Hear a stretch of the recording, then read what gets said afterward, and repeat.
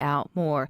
And today we get to find out more about my friend, Amia Edwards. She's an award-winning actress, and she's up to some good things here in Mississippi, bringing the arts and theater to children, as well as her and I have a new project that we have launched that we want to tell you about. So first, welcome, Amia. Thank you.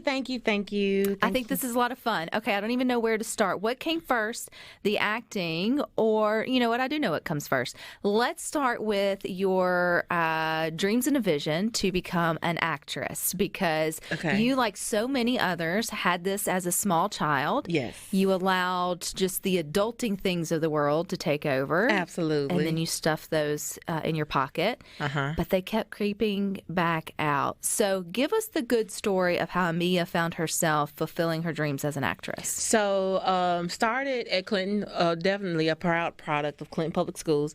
And Anthony Thaxton helped me get on Aerovision in middle school. Aerovision was our own weekly newscast that we did, and I was an anchor. And I knew I wanted to be an actor, but I was like, this is how you make money and get in front of the camera, just be in TV. And so that I matriculated into adulthood. I became a producer at WLBT, stayed at WLBT from my junior year in high school to my senior year in college, graduated, went to a TV station in Birmingham. Still wanted to act, but just told myself, hey, you're 6 feet tall. The average actor is like 5'6". You're not going to be able to get in this industry.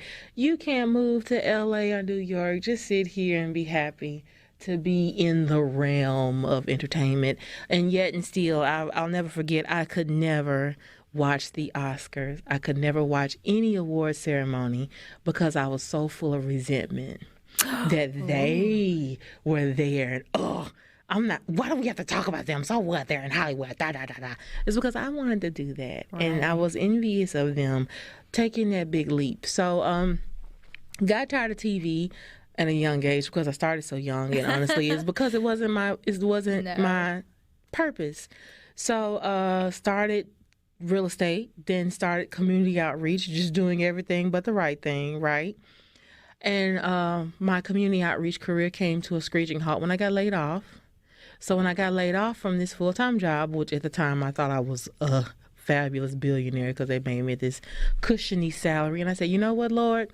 Okay. I'm going to go pursue this acting thing. So a local playwright, Jay Lee Plays, who's moved on to Dubai. He just picked that place. Yeah.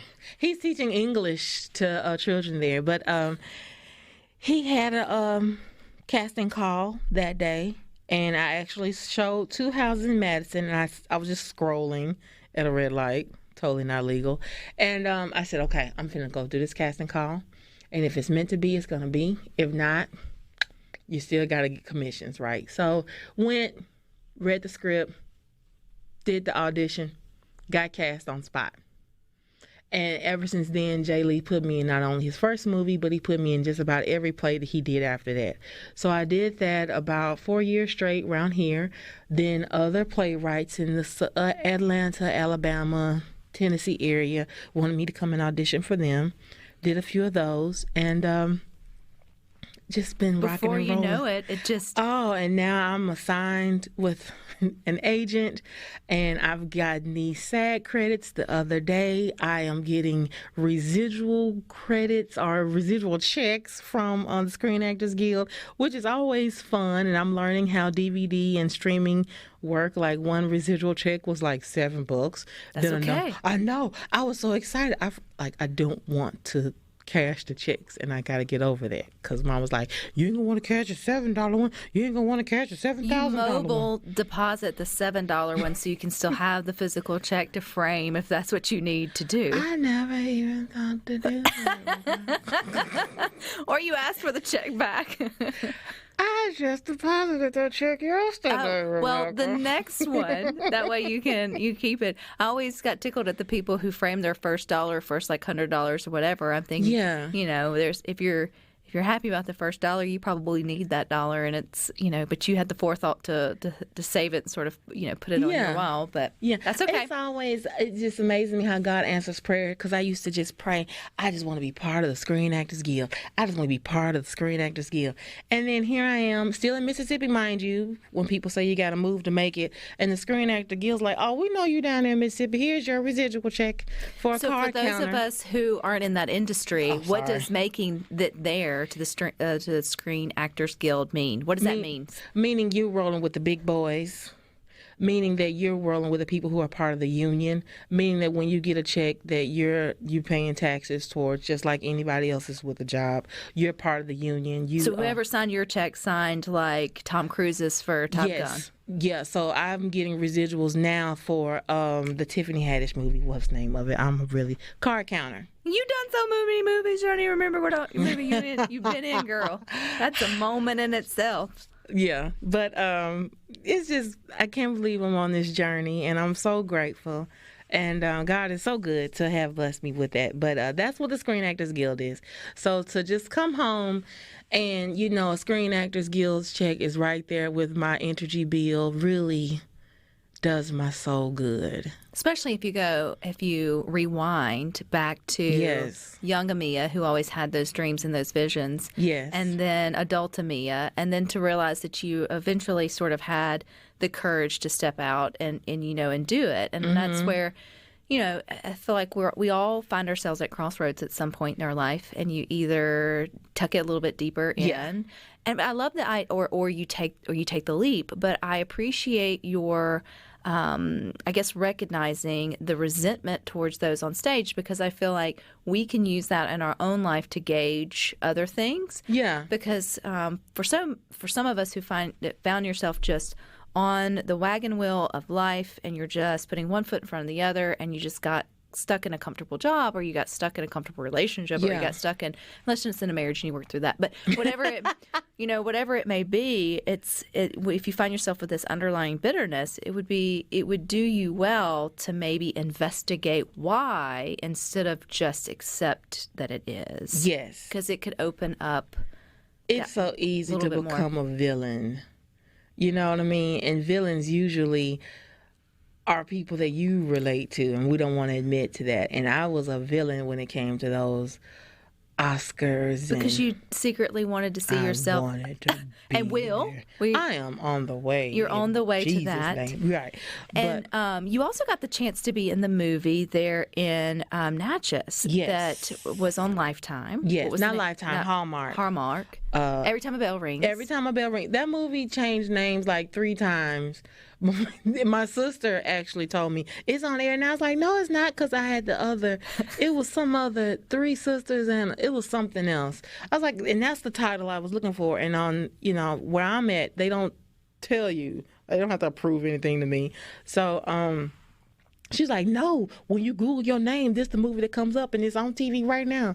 So, yeah, I was in that film thanks to that tax credit that's approved here in Mississippi for the film industry. And just got back in town from the other project that I can't talk about yet. So it's really cool to be asked to come to Atlanta for some projects, and I'm just happy. Well, I love it, and I love your story. I love that you've chosen. You've been very intentional, Amia, by making Mississippi your home when Absolutely. You could have chosen to go to a bigger city with potentially more opportunities. Mm-hmm. But a big part of your story is being able to have the opportunity to give back and to afford children or students the opportunity for. And when I say the arts, I mean the arts is a big umbrella term for music and dance and drawing and all the things. But then another thing that slowly gets cut or taken away is plays or theater. Yes. It's like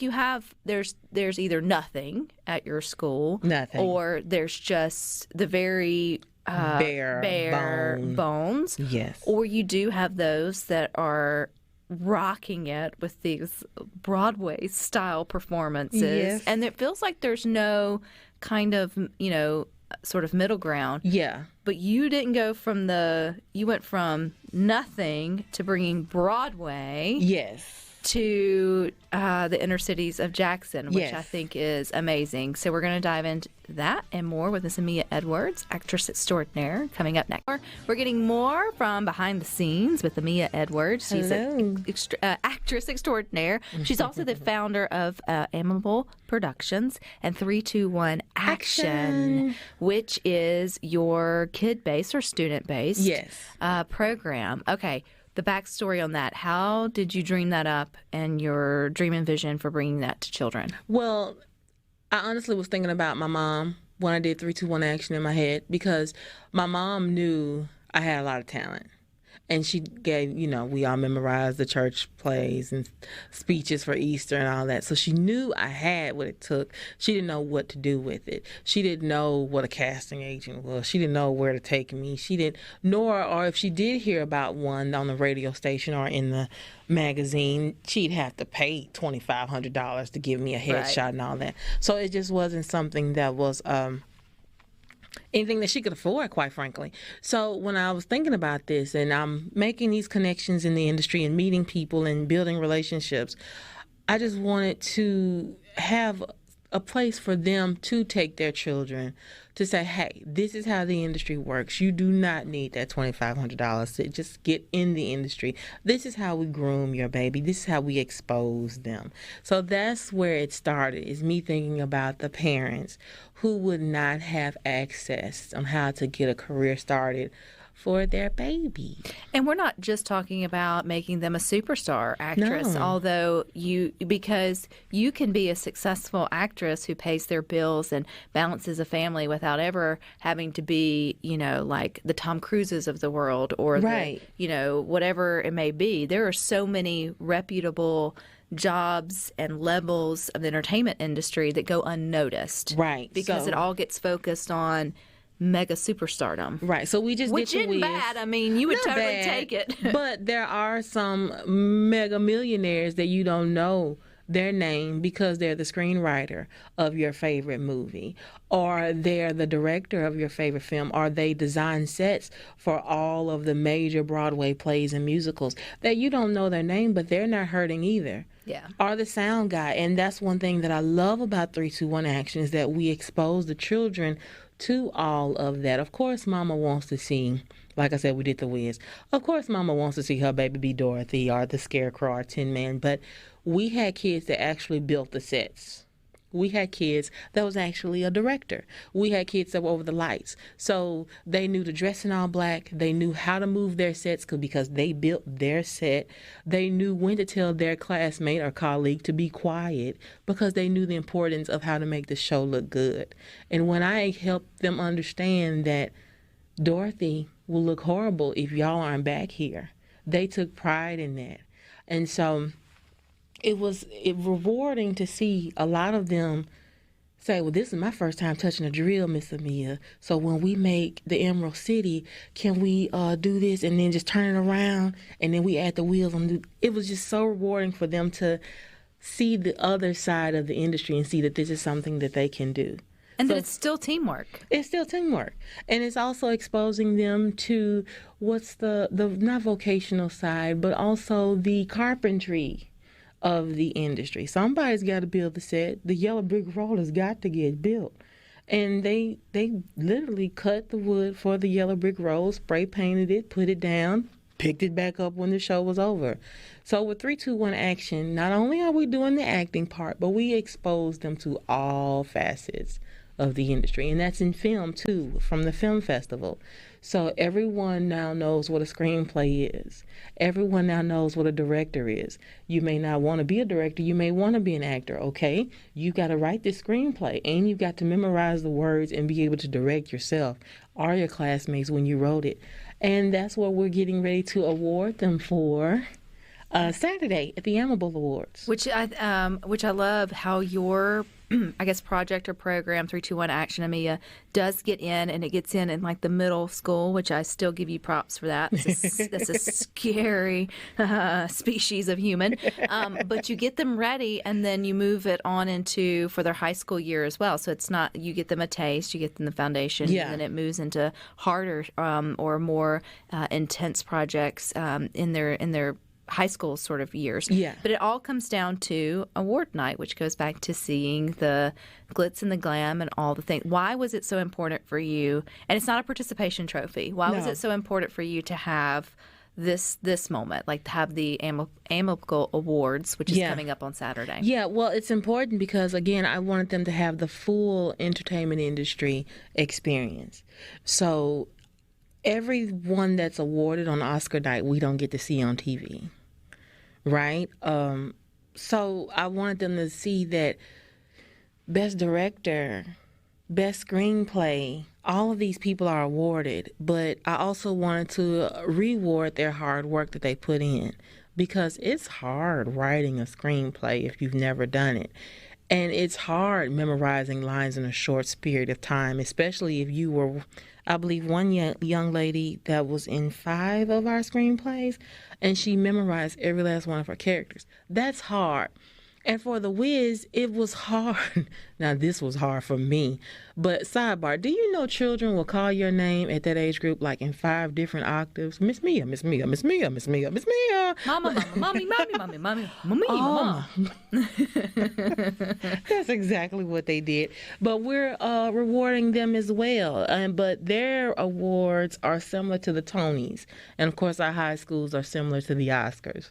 So they'll get Best Actress, Best Vocalist, Best Actor, Best Backstage Crew, all of that, Best Set Design. But not only what's important is not only to reward them for what they did the day of the show, but to show them that you've got to value that work ethic and that working relationship with your director from day one to after the show is over. We don't get to just break down and go home. You've got to clean up this stage because the principal's coming in here in the morning, right? And the custodian does not want to pick up all this straw from when the responsibility of it. All of that is important, and we're going to reward them for it. Nick Wallace, who was on Bravo's Top Chef, has agreed to make a fine meal for them at the Amiable Awards. So it's a big night. It's black tie. So again, we want them to get the full Hollywood experience early on so that they can have that confidence. And no matter what career they pick, even if they are an attorney still performs on some level in front of their jury or judge. So they'll be able to have that public speaking skill. They'll be able to, if they want to get into carpentry. It's amazing that their first carpentry job was building Emerald City. Right. Or the Yellow Brick Road. They really like building the Yellow Brick Road. And then now, too, you need to celebrate the fact that you are a 501c now. No, we're still waiting on 501c3, but the Amiable Arts Foundation is approved by the state, so we're just waiting on the federal level by the IRS, and then we'll be moving forward and taking it from the Amiable Productions LLC and making it a nonprofit organization so we can get community help. Because what I've learned is, like I used to say, I don't have any kids, and now I have 60. So it's the smiles, and I'm seeing that they're really happy doing this. We talk about the middle schoolers all the time, and, you know, we did the film festival earlier this year, and we just got through with The Wiz. And one of the kids, the baby, she was Queen Eveline, I believe she was. And she just got through singing her song and doing a bit, and I was just giving her little tidbits on how to sell that attitude of an evil character. And she just started smiling when she got out of her costume. And I said, "Did you take off one of those earrings off your wig?" She said, "No, ma'am." And just me being me and being suspicious because I've got 60 kids at one time. I said, "So what you smiling about? What you do?" "Nothing, Miss Amia. I'm just happy I get to do this." And that moment right there just made me brim with joy because it's priceless. Or another young lady, she was a munchkin, and she's plus size. And she came up to me, she pulled me to the side. She said, "Miss Amia, you don't, this all you do is act?" I said, "I do some of everything, babe. What you want to do?" "I want to try out for the swim team, but because I'm plus size, I'm scared." I said, "Well, baby, do your legs work?" "Yes, ma'am." I said, "Can you swim, first of all?" "I'm really good." And then she went for the swim team, and she's made it. Oh. Right? And so those are the things that we're doing with 321 Action. It's even if Miss Amia can't swim, let's be clear. But if this program helps someone swim to their goal, let's go for it. Let's go for it. And you and I, this is not our first time that we have met Amia. We've met several times before, and from that friendship, we developed our own little project, not a 501c. But we'll tell you, or me acting, or you swimming, either of that. But we'll tell you about that and more coming up next. And we're continuing our conversation with my friend, Miss Amia Edwards, actress extraordinaire, but owner of 321 Action, doing good work, and now my podcast co-host. Yay! Which I think is so much fun. We've had this, I want to say we had this work in the works for a while, but we really hadn't. We totally didn't. It's kind of happened really fast, and I feel like sometimes the best things come that way. Yeah. You and I went to coffee one day and started having talk. We went to coffee because you were intrigued that I was a registered dietitian. Yes. And you, as a plus-sized actress, wanted to find that healthy balance. Right. And we realized that even though we're totally different, different. A lot of shared experiences around weight, body image, health issues, nutrition, food, all the things. Yes. And it was, I have to credit you, Amia, you said we should be capturing this in a podcast. And I said, well, I know some people that could that could make that happen. And so here we are a couple of weeks later. We've got 2 episodes up of Tired of the Wait podcast. Tired of the Wait.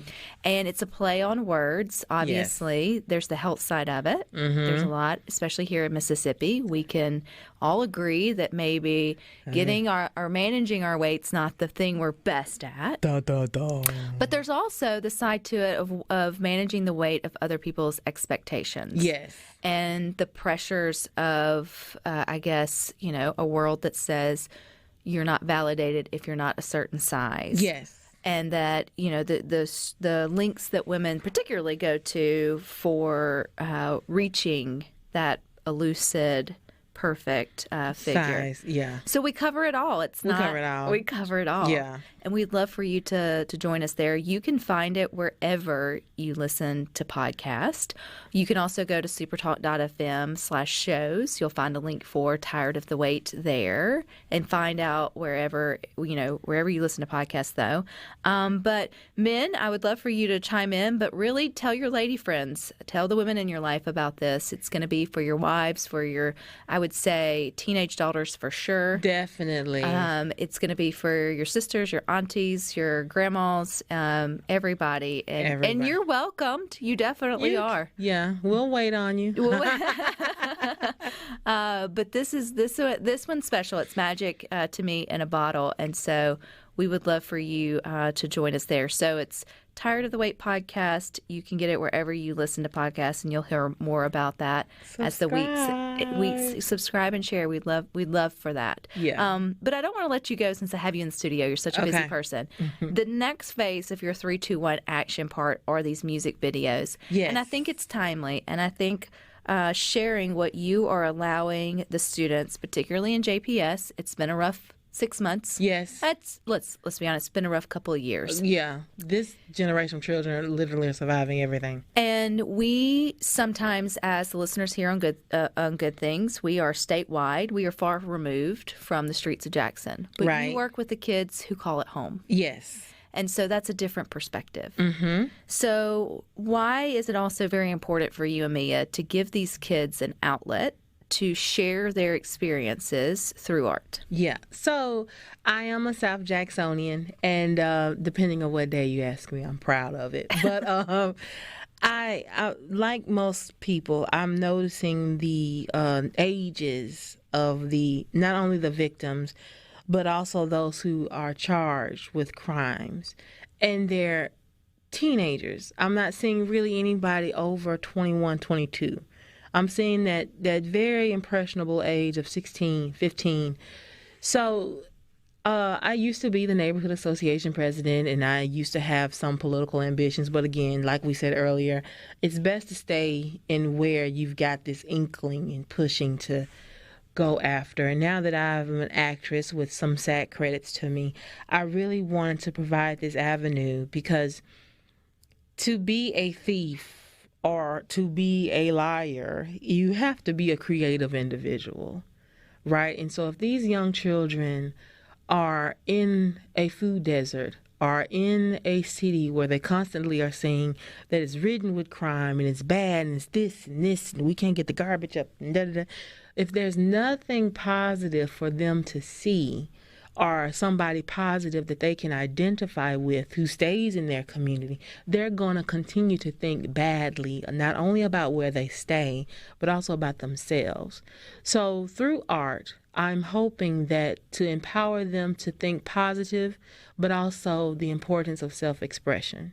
So that's what we're going to do. Of course, we did it with the Film Awards. Film Festival. Yeah, there were a lot of powerful pieces that came out of the film festival. And with the Wiz, we gave them a play, a musical, if you will, that had some cultural significance, especially in the dialogue that was written between a lion and a tin man about having courage and wisdom that's already in you. And I always wanted to go home, Dorothy, with these fabulous shoes. But we want to give them that foundation. And so now we're going to take all of the age groups up until I believe we're going to stop it at 17. And we're going to do a music video. And so, again, because I've been going in and out of New Orleans, I've made some relationships with some directors who've worked with Birdman and Lil Wayne. And we're going to work with them, and we're going to make some music videos. And the children, I'm going to introduce them the importance of music and the power of it. They're going to write their own lyrics. Of course, that'll be poetry, and we're going to write some lyrics, work with these directors, and make our own music videos about crime in Jackson, specifically about our murder rate and our litter. And then we're going to make some music videos this summer. And it would be giving them the opportunity to express how they feel about it or how they see it, because it can be completely different. And I think, they are the next generation. Yeah. And I think it's also a wonderful catalyst for them to reach the adults outside and inside of city limits to show how it impacts them and how they see it.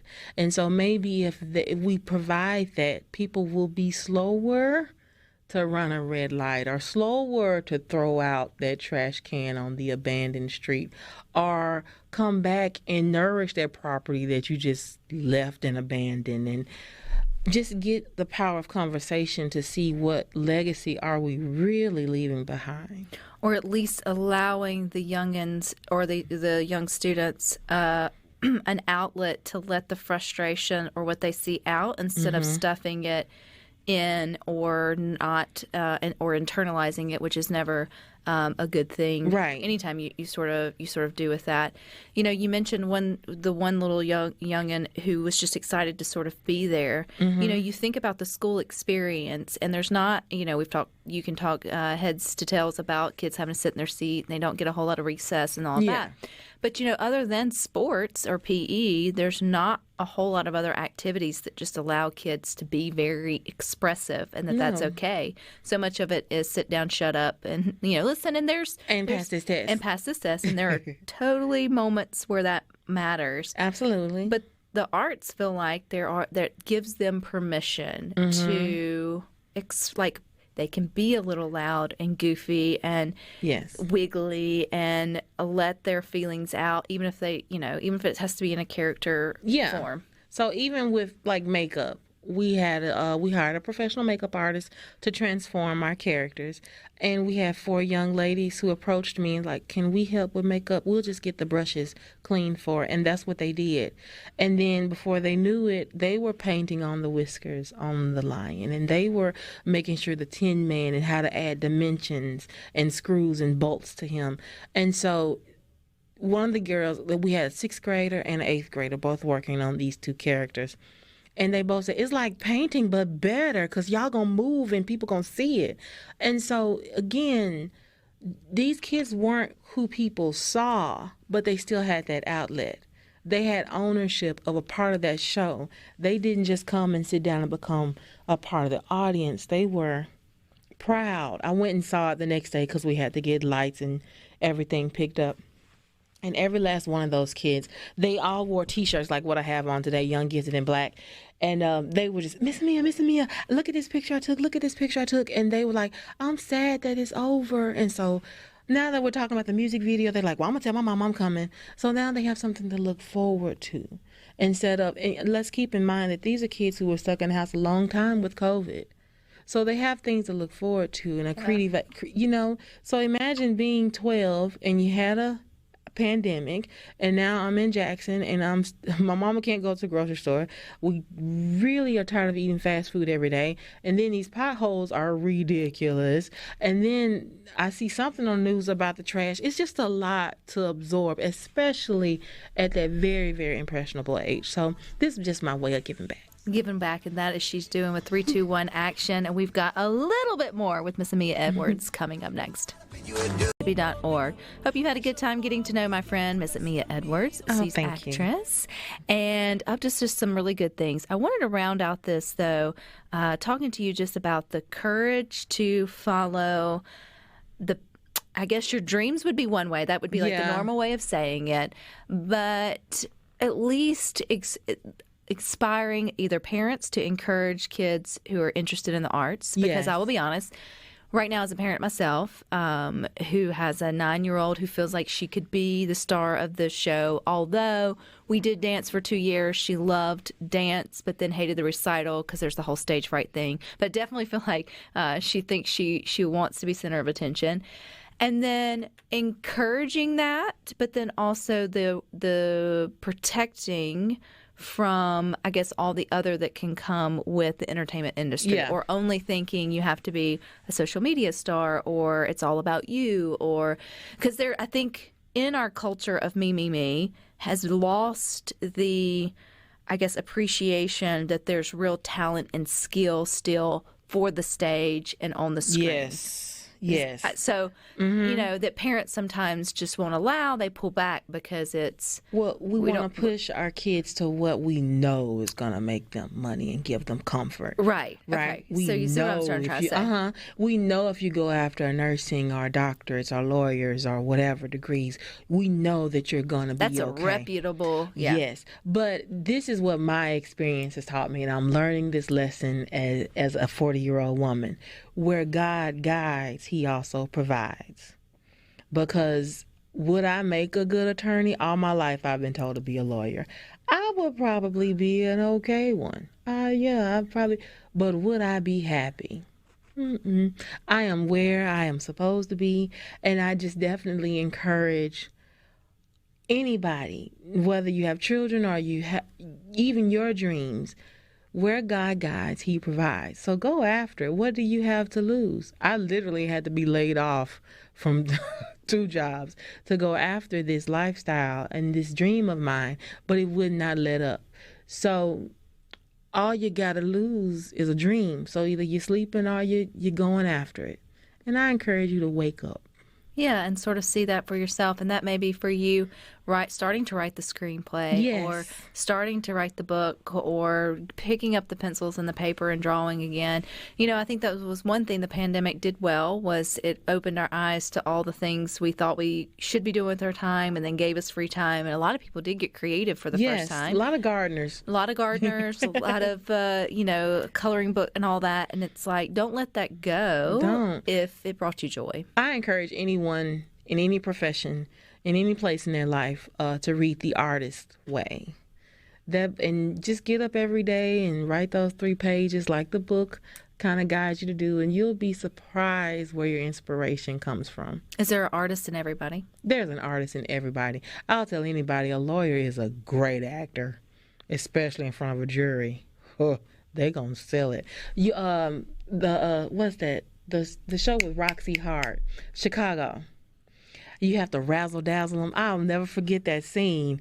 And I was like, that's what lawyers have to do. You got to sell the show, or not sell it so well and show it what. Well, it's all about the connection with, your audience, and then I think that's in every profession. Agreed. Even if you're a hairstylist,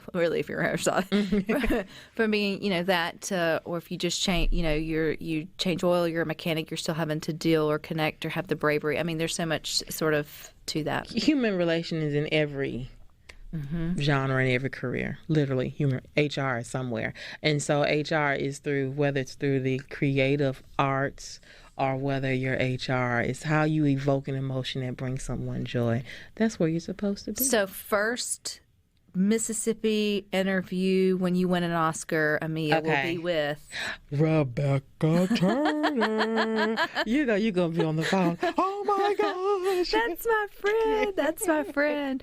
You will never win it if you don't step out and try. Or, I mean, not that that's the end goal, but hey, why not? Why it can't used to be the end goal, but now my end goal is just to have a good time on the ride. Good time on the ride, and I think your ride has literally just begun. And so is ours again with our new podcast project, Tired of the Wait. You can find it wherever you listen to podcasts, and me and I would adore it if you would spread the word for that as well, if you feel like there would be a lady in your life that would get value out of that kind of conversation. Men too, but really it's for the ladies. Yeah, we Let's be honest. talk about fashion over dressing. Yeah, it's for the ladies too. But where can they get connected with you online for all the theater work that you're doing? Oh, check me out at AmiaEdwards.com. You can also check us out at AmableProductions.org. And we will be following your story and more. Please do. Thank you so much for your support. All right, stick with us. You got the boys coming up next with Sports Talk Mississippi from 3 to 6. Rhino and I will be back tomorrow at 2. But until then, I hope you all find time for the